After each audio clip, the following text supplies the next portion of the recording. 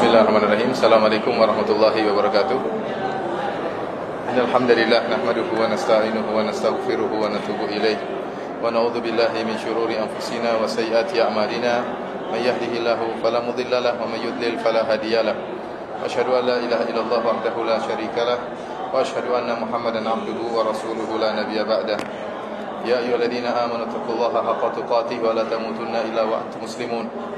فإن أصدق الحديث كتاب الله وخير الهدى هدى محمد صلى الله عليه وسلم شر الأمور محدثاتها وكل محدثة بدعة وكل بدعة ضلالة وكل ضلالة في النار. Para hadirin, para jamaah umrah, tamu-tamu Allah yang dirahmati oleh Allah Subhanahu wa taala.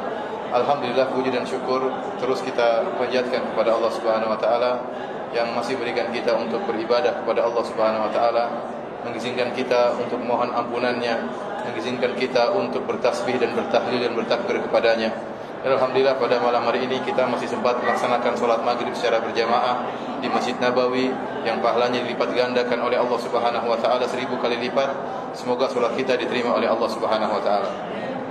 Salawat dan salam senantiasa semoga tercurahkan kepada junjungan kita Nabi Muhammad sallallahu alaihi wasallam dan juga kepada keluarganya serta seluruh sahabat beliau tanpa terkecuali.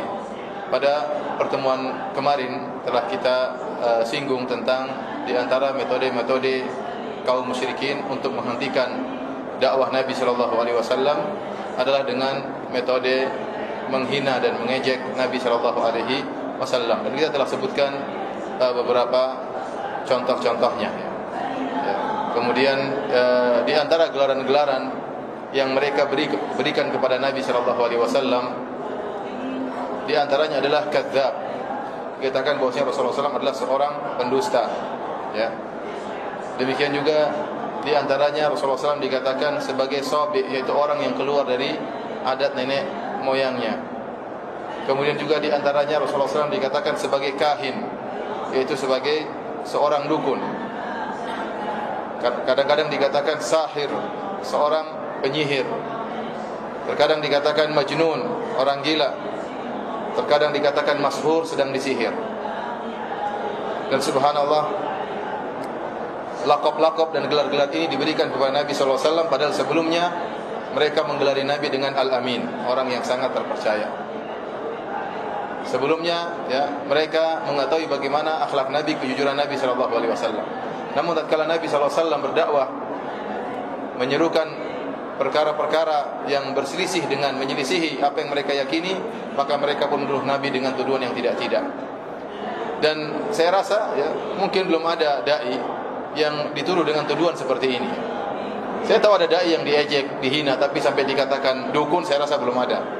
Tapi kalau dukun ngaku jadi ustadz mungkin ada. Tapi kalau ustadz kemudian gara-gara dia berdakwah dikatakan sebagai dukun, saya rasa belum ada.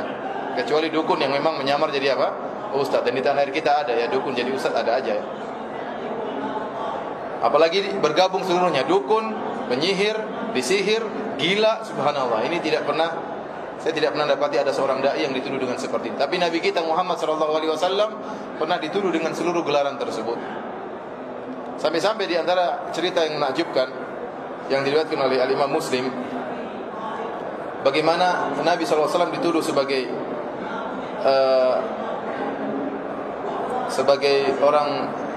dukun atau sebagai orang yang tersihir, mashhur. Namun tuduhan tersebut malah menjadikan seseorang masuk Islam.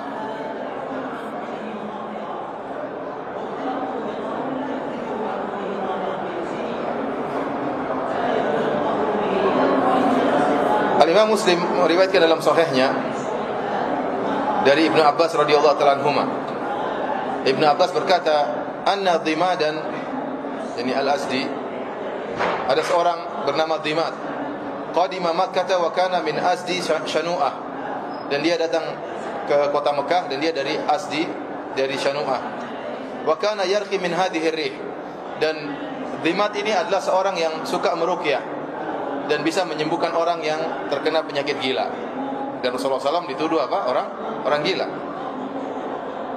Fasami'a sufaha'a min ahli Makkah yaquluna inna Muhammadan majnun. Waktu dia sampai di Mekah, dia dengar orang-orang mengatakan Muhammad gila. Dan dia orang baik. Dia ingin menyembuhkan Nabi Muhammad sallallahu alaihi wasallam. Faqala, maka dia berkata, "Lau anni ra'aitu hadzal rajula la Allah yashfihi ala yadayya."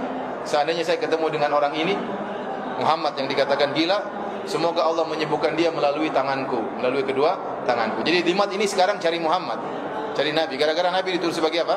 Orang gila. Niatnya baik. Niatnya baik. Padahal dia masih musyrik tatkala itu.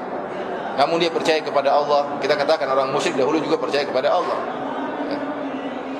Qala falaqiyahu, akhirnya dia ketemu dengan Nabi Muhammad sallallahu alaihi wasallam. Faqala, maka dia berkata, "Ya Muhammad, inni arqi min hadhihi ar-rih wa inna Allah yashfi ala yadayya man syaa' fa hal laka?" Dia mengatakan, "Wahai Muhammad, saya ini orang pandai meruqyah dan Allah menyembuhkan orang-orang dari penyakit gilanya melalui kedua tangan saya. Maukah engkau saya obati?" Subhanallah. Antum bayangkan betapa sedihnya seorang dai. Kita sedang berdakwah, menyuruh kepada kebaikan agar orang-orang meninggalkan akhlak yang buruk, tapi tahu-tahu ada orang datang, "Ustaz, katanya Anda gila, Ustaz." Kira-kira gimana perasaan kita? Ya, sedih banget. Jadi ini yang dialami oleh Rasulullah sallallahu alaihi wasallam. Ini Dimat datang jauh-jauh ingin ketemu Nabi. Dia bertanya, "Ya wahai Muhammad, saya ini bisa menyembuhkan penyakit gila. Kok mau saya sembuhkan? Mau saya obati?" Rasulullah SAW tidak marah waktu dia menuduh Nabi sebagai orang gila. Kenapa? Karena dia mendengar semua orang ngomong demikian. Orang-orang penduduk Mekah mengatakan Muhammad adalah orang gila. Dan dia punya niat baik untuk menyembuhkan Nabi sallallahu alaihi wasallam. Faqala Rasulullah sallallahu alaihi wasallam, maka Rasulullah SAW pun berkata, "Innal hamdalillah nahmaduhu wa nasta'inuhu, man yahdihillahu fala mudilla lahu wa may yudlil fala hadiya lahu." Rasulullah SAW mengatakan segala puji hanyalah milik Allah. Kami memujinya dan kami mohon pertolongan darinya. Barang siapa yang diberi petunjuk oleh Allah, maka tidak ada yang bisa menyesatkannya. Wa may yudlil fala hadiyalah. Dan barang siapa yang disesatkan oleh Allah Subhanahu wa taala, maka tidak ada yang bisa beri petunjuk kepadanya. Wa asyhadu an la ilaha illallah wahdahu la syarikalah. Dan aku bersaksi bahwasanya tidak ada ilah yang berhak disembah kecuali Allah semata, tidak ada syarikat, tidak ada sekutu baginya. Wa anna Muhammadan abduhu wa rasuluh. Dan aku bersaksi bahwasanya Muhammad adalah hambanya dan rasulnya. Amma ba'du, kemudian daripada itu, Rasulullah SAW hanya ngomong demikian. Qala, Dimat berkata, "A'id alayya kalimatika haula." Wahai Muhammad, ulangi lagi perkataanmu tadi. Rasulullah SAW ulang lagi, "Innal hamdalillah, segala puji adalah milik Allah. Nahmaduhu wa nasta'inuhu, kami memuji Allah dan kami mohon pertolongan kepadanya. May yahdihillahu fala mudhillalah, barang siapa yang diberi petunjuk oleh Allah tidak ada yang bisa menyesatkannya. Wa may yudlil fala hadiyalah, dan barang siapa yang disesatkan maka tidak ada yang bisa memberi petunjuk kepadanya. Wa asyhadu an la ilaha illallah wahdahu la syarikalah, dan aku bersaksi bahwasanya tidak ada Tuhan yang berhak disembah melainkan Allah semata, tidak ada sekutu baginya. Wa anna Muhammadan abduhu wa rasuluh, dan bahwasanya Muhammad adalah hambanya dan rasulnya." Rasulullah SAW, Dimat mengatakan, "A'id alayya kalimatika haula." Ulangi lagi wahai Rasulullah. Sampai Rasulullah SAW ulang 3 kali. Maka apa kata Dimat tatkala mendengar yang dituduh gila ini ternyata bisa ceramah? Dan Dimat adalah orang ahli bahasa Arab. Dia ngerti susunan bahasa Arab, dia mengerti balaghah dalam bahasa Arab, dia tahu mana bahasa Arab yang indah. Dia tahu, maka dia berkata, "Laqad sami'tu qaulal kahana." Saya sudah mendengar perkataan para dukun. "Wa qaulas sahara." Dan saya sudah mendengar perkataan para penyihir. "Wa qala syu'ara." Dan saya juga sudah mendengar perkataan para penyair. "Fama sami'tu mithla kalimatika haula." Namun saya tidak pernah mendengar seperti perkataan engkau wahai Muhammad. "Wa laqad balagna na'usal bahr." Sungguh perkataan-perkataan Anda telah sampai kepada tengah lautan. Dalam riwayat dalam dasar lautan. Artinya perkataan-perkataan Anda sungguh benar-benar mencapai keindahan, balaghah yang sangat tinggi. Qala hati yadaka ubayyika alal Islam. Kata Dimat, "Wahai Muhammad, mana tanganmu, saya akan berbayat kepada engkau untuk masuk Islam." Subhanallah. Gara-gara Nabi Muhammad dikatakan orang gila, ada yang masuk apa? Islam. Jadi di balik keburukan terkadang ada kebaikan. Dimat cari Nabi untuk mengobati agar Nabi sembuh dari gilanya. Justru dia yang apa? Terpengaruh dengan orang yang dikatakan gila. Justru dia yang masuk Islam. Jadi demikianlah mereka mencela, memberi gelar-gelar kepada Nabi dengan gelar-gelar yang buruk.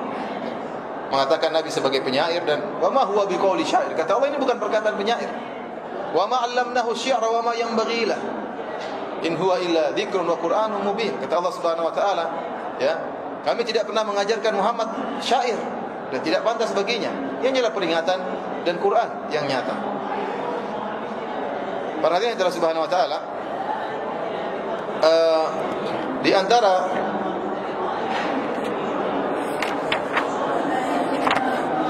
faedah Rasulullah SAW dituduh dengan tuduhan yang tidak-tidak. Demikian juga masuk Islamnya seorang bernama Tufail bin Amr ad-Dawsi, sebagaimana disebutkan oleh Ibnu Hisham dalam Sirah Nabawiyah dan juga Ibnu Hajar dalam Al-Isabah.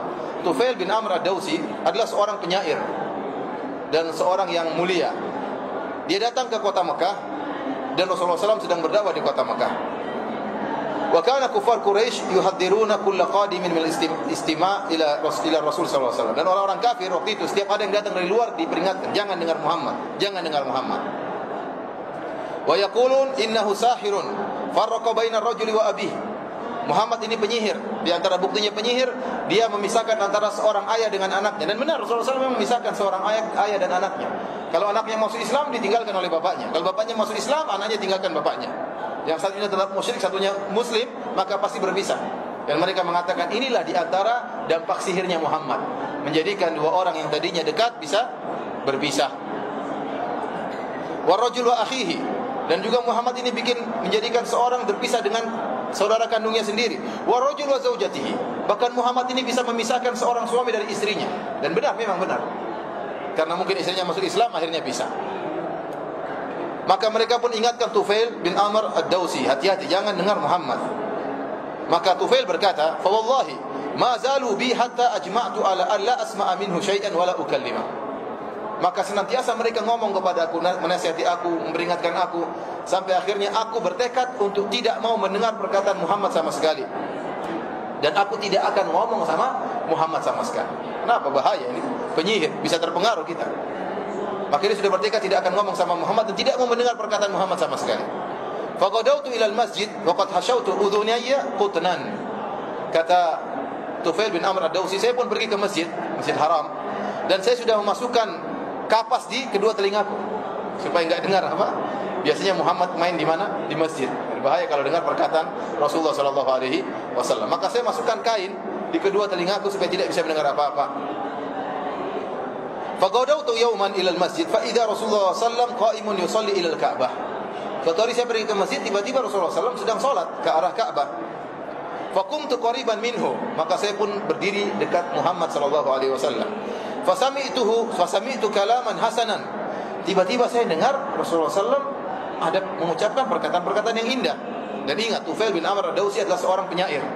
Dia ngerti perkataan yang indah dari bahasa Arab. Maka faqultu fi nafsi, waktu saya dengar perkataan ini, Rasulullah SAW sedang baca Al-Quran.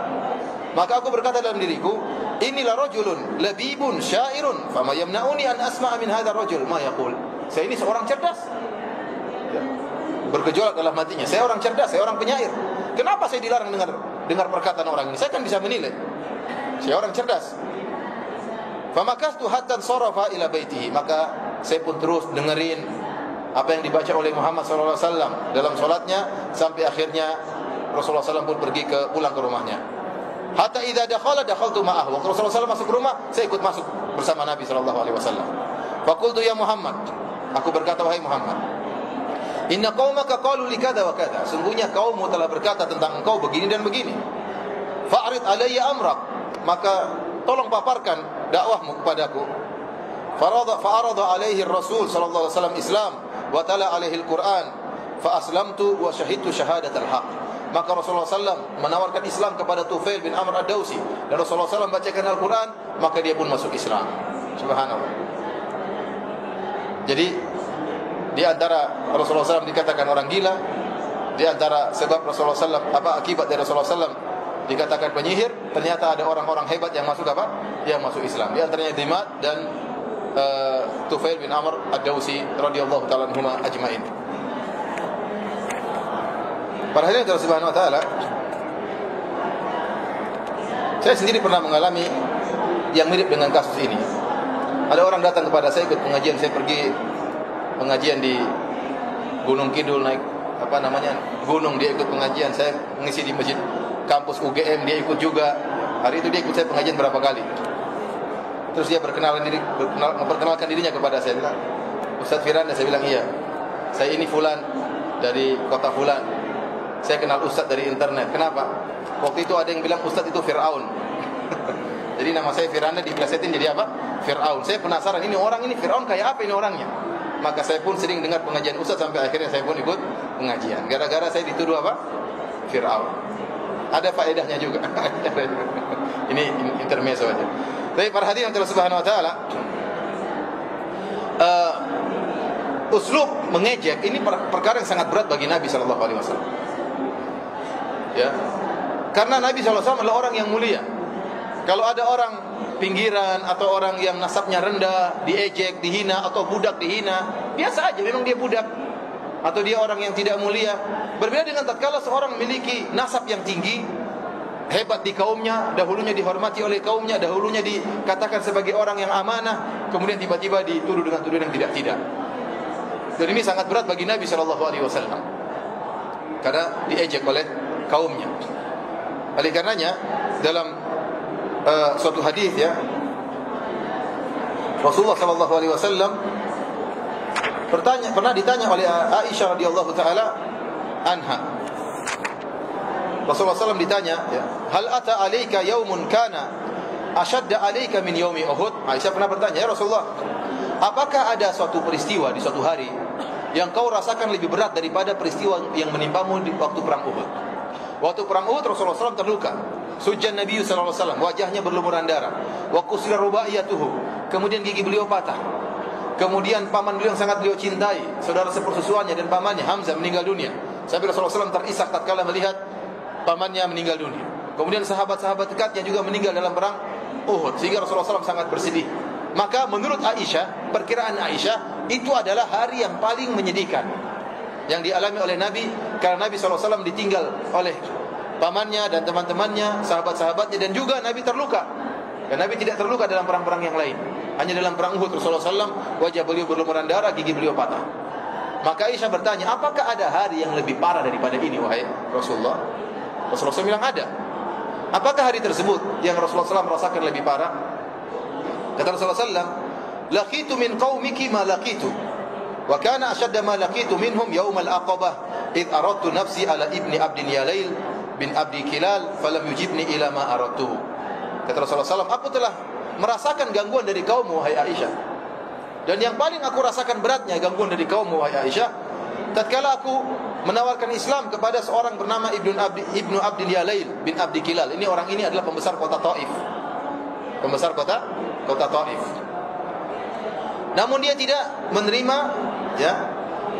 Dia tidak menerima ajakan untuk masuk Islam. Fantalaqtu wa ana mahmumun ala wajhi falam astafiq illa wa ana biqarni tha'alib. Maka aku pun pulang dari kota Taif dalam kondisi sangat bersedih, sampai-sampai aku seperti tidak sadar, seperti linglung. Dan aku tidak sadar kecuali aku sampai pada satu tempat namanya Qarnu Tha'alib. Qarnu Tha'alib. Kenapa Rasulullah SAW sedih sekali? Disebutkan dalam riwayat yang lain. Karena waktu itu Rasulullah SAW berdakwah di kota Mekah, tidak diterima oleh penduduk kota Mekah. Maka Rasulullah SAW punya ide bagaimana kalau dia berdakwah di kota yang lain.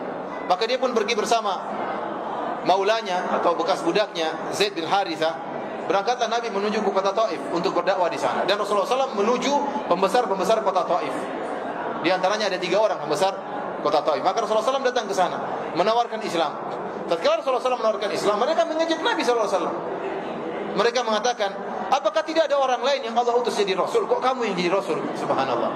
Ini sangat menyakitkan hati Nabi SAW. Coba kalau antum berdakwah terus ada yang bilang, emang tidak ada orang lain yang bisa berdakwah? Kok kamu yang berdakwah? Apa sudah kekurangan orang? Sedih seorang tatkala dikatakan demikian. Dan ini dikatakan kepada Nabi. Dia tidak menyakiti Nabi, tapi mengejek Nabi SAW. Sehingga Rasulullah SAW pulang dengan bersedih. Tatkala pulang lewat kota, pulang menuju ke Makkah, maka disambut dengan sebagian orang-orang anak-anak dan orang-orang bodoh melempari Nabi SAW dengan batu sehingga membuat kaki beliau berdarah. Lebih parah waktu perang Uhud, wajah beliau yang berdarah. Kali ini tidak, cuma kaki beliau apa? Berdarah. Tetapi ngejek. Kenapa yang lempar anak-anak kecil? Yang ngelempar orang-orang bodoh yang ngelempar. Sebelumnya dikatakan, apakah tidak ada Rasul, tidak ada orang lain? Kok Allah yang pilih kau jadi Rasul? Apa enggak ada orang lain? Apa sudah kehabisan orang? Ini sangat menyakitkan hati Nabi SAW karena ejekan tersebut. Kenapa Rasulullah SAW memiliki nasab yang tinggi? Saya katakan tadi, seandainya ada seorang yang nasabnya rendah atau dia mungkin status ekonominya rendah kemudian dihina, ya dia mungkin tersakiti, namun tidak terlalu. Tapi beda misalnya pangeran disakiti. Beda tatkala misalnya seorang yang memiliki nasab yang tinggi kemudian dihina dengan tuduhan yang tidak-tidak, dikatakan orang gila, penyair, dikatakan sinting, dikatakan penyihir, dikatakan tersihir, ya, maka ini sangat menyakitkan hati Nabi SAW. Lagi dikatakan, apa tidak ada orang jadi Rasul, kok kamu jadi Rasul? Maka Rasulullah SAW sampai kata dia, fa ana mahmum, aku bersedih, sampai aku tidak sadar, falam astafik, dan aku tidak sadar kecuali di tempat namanya Qarnul Tha'alib. Farafa'tu ra'si, lalu aku angkat kepalaku, fa idza ana bi sahabatin qad adallatni, tiba-tiba ada awan yang menaungiku. Fanadhartu, aku lihat, fa idza fiha Jibril, tiba-tiba di awan tersebut ada malaikat Jibril. Fanadani, kemudian malaikat Jibril memanggilku. Faqala, kemudian malaikat Jibril berkata, inna Allah qad sami'a qawla qaumika laka. Kata Jibril, sungguh Allah telah mendengar perkataan, perhatikan sini, yang buat sakit hati Nabi saya perkataan. Allah telah mendengar perkataan kaummu tentang engkau. Allah telah mendengar ejekan kaummu, yaitu orang-orang Taif, kepada engkau wahai Muhammad. Wa maraddu alaik, dan Allah telah mendengar bagaimana cara mereka menolak dakwahmu wahai Muhammad. Jadi malaikat Jibril tidak mengatakan Allah telah melihat lemparan anak-anak kecil, tidak. Tapi malaikat Jibril mengatakan Allah telah mendengar perkataan kaummu terhadap engkau wahai Muhammad, dan bagaimana cara mereka menolak dakwahmu. Wa qad ba'atsallahu ilaika malakal jibal, dan Allah telah mengirim malaikat gunung untuk kepadamu. Lita'murahu bima syi'ta fihim, agar kau perintahkan malaikat ini untuk melakukan apa yang kau kehendaki terhadap mereka. Saya malaikat gunung mengatakan, ya la in syi'ta la uqbiqanna alaihimul akhshabain. Ya Muhammad, kalau kau berkehendak, saya akan angkat 2 gunung kemudian saya timpakan kepada penduduk kota Taif. Namun Rasulullah SAW mengatakan jangan. Semoga Allah mengeluarkan dari keturunan mereka orang-orang yang beribadah kepada Allah dan tidak berbuat syirik sama sekali. Maksud saya para hadirin, uslub, metode mengejek ini memang menyakitkan hati Nabi SAW. Ya, makanya Allah mengatakan, ya, walaqad na'lamu annaka yadhiqu sadruka bima yaqulun. Kata Allah, sungguh kami telah tahu bagaimana sempitnya hatimu akibat perkataan mereka. Kenapa? Karena perkataan tersebut buat dada Nabi jadi sempit. Kata Allah, walaqad na'lamu annaka yadhiqu sadruka bima yaqulun. Allah telah mengetahui bagaimana dadamu sempit akibat perkataan mereka. Dan sebagaimana perkataan penyair, jarahatu sinani lahal ti'amu wa la yal'amu ma jaraha lisan. Seorang penyair berkata, luka akibat sayatan pedang masih bisa disembuhkan, tetapi luka akibat sayatan lisan terkadang sulit untuk apa? Disembuhkan. Seorang lebih baik dipukul daripada dituduh dengan tuduhan yang tidak-tidak. Betapa banyak orang stres, dipukul dia enggak begitu stres, tapi waktu dituduh, tuduhan macam-macam, kemudian tuduhan tersebut tersebar, dia bisa stres, sakit hati, bisa kena penyakit macam-macam, gara-gara dia tidak kuat menahan tuduhan-tuduhan tersebut. Oleh karenanya para hadirin Subhanahu wa taala, ini adalah metode orang-orang musyrikin untuk menjatuhkan mental Nabi. Maka dituduh dengan tuduhan yang tidak-tidak, diejek dengan ejekan yang tidak-tidak, agar Nabi berhenti dari dakwahnya. Namun apakah Nabi berhenti dari dakwahnya? Jawabannya tidak. Sallallahu alaihi wasallam tidak berhenti dari dakwahnya.